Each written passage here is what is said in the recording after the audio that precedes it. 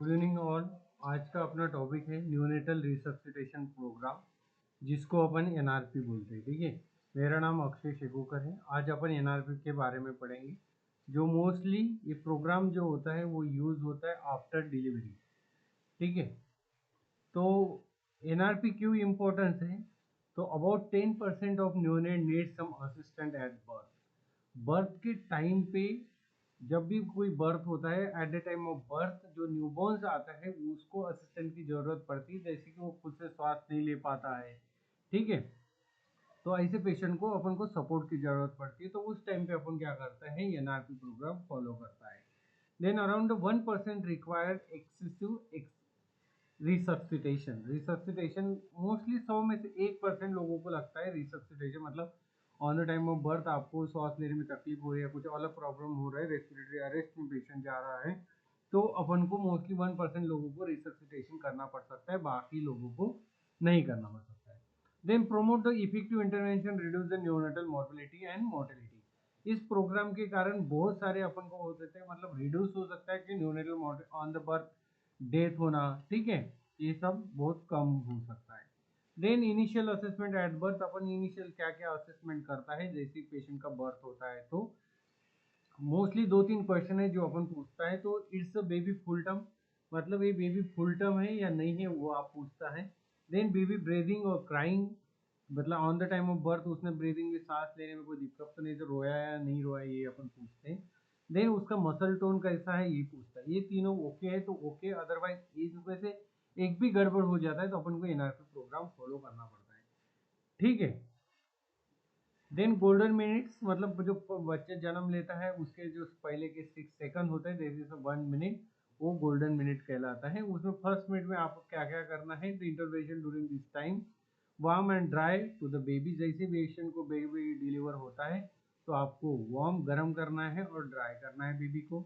Then positional airway, ठीक है, क्योंकि वो पहले तो अपना जैसे बर्थ होता है तो उसका तो सांस लेता है, ठीक है, अपने नाक से, तो अपना लंग्स एक्टिव है या नहीं है वो सब कुछ चेक करना क्लियरेंस के लिए अपन को पोजीशन एयरवे देना है।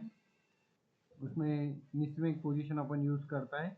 Then clear secretion, only obstruction है तो उसको ऑब्स्ट्रक्शन क्लियर करना है, तो सक्शन करना है आपको। ठीक है, stimulate breathing and assess the breathing and heart rate. Then first है, ये स्टेप वाइज अप्रोच है, ये सब कुछ एग्जाम में भी पूछा जाता है और मैक्सिमम वाइवा में भी ये सवाल किया जाता है, डॉक्टर्स को भी किया जाता है और नर्सेस को भी किया जाता है कि क्या होता है अल्गोरिदम एनआरपी का, स्टेप बाय स्टेप बताओ। तो सबसे पहला स्टेप होता है इनिशियल स्टेप, जिसमें अपन क्या करते हैं, breathing assess, heart rate and colour patient का देखते हैं, मतलब जो भी बेबी होता है उसका पहले अपन ब्रीदिंग एफर्ट्स देखता है, हार्ट रेट देखता है, देन कलर देखता है। देन वार्म है कि नहीं है, इसमें रेडियल वार्मर यूज करता है। देन ड्राई एंड स्टिमुलेट करता है।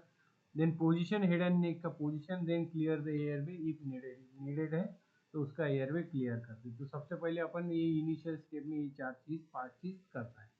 देन सेकंड स्टेप है, ये केस प्रोग्राम में वेंटिलेशन लग रहा है तो इफ अपनिया या गैस्पिंग और हार्ट रेट लेस देन 100 है तो आप क्या करता है, स्टार्ट पॉजिटिव प्रेशर वेंटिलेशन, मतलब पीवीवी विथ रूम एयर पे स्टार्ट करता है। देन उसके बाद अपन वाग वाग मास अम्बू बैग का यूज करते हैं 40 to 60 beat per minute. Then उसके बाद monitor the chest movement and SPO two pulse oximeter का एसपीओ2 आप मॉनिटर करते हैं। After 30 second of PVV reassess the heart rate.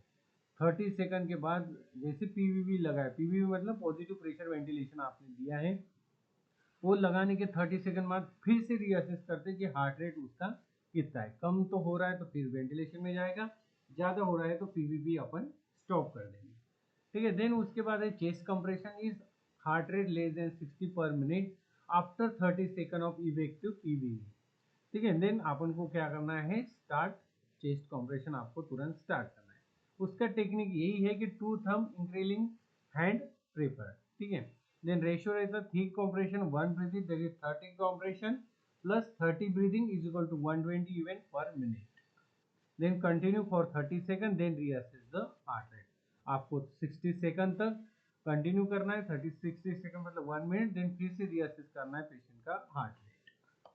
Then उसके बाद मेडिकेशन आता है फोर्थ स्टेप, तो medication if heart rate still less than 60 per minute plus ventilation plus compression after ventilation plus compression तो give epinephrine 0.01 mg to 0.03 mg per kg, ठीक है, आपको देना है। Consider volume expansion normal saline ringer lactate 10 ml per kg। If hypovolaemia suspected तो example blood loss वगैरह हो रहा है तो आपको ये सब करना है। देन पेस्ट रिसक्सिटेशन केयर क्या करना है, तो monitor the NICU if resuscitation is required. Resuscitation की जरूरत है आपको NICU में उसको पेशेंट को मॉनिटर करना है। मेंटेन नॉर्मल थर्मिया, जो भी आपका ब्लड टेम्परेचर है, बॉडी टेम्परेचर, वो आपको नॉर्मल मेंटेन करना है। Then manage glucose fluid and electrolyte. Then oxygen titration to avoid the hyperoxia नहीं होना चाहिए, इसके लिए आपको ऑक्सीजन टाइट्रेशन मॉनिटरिंग करना है और देखना भी है, जिसके SpO2 का प्रोब का आप यूज कर सकते हैं।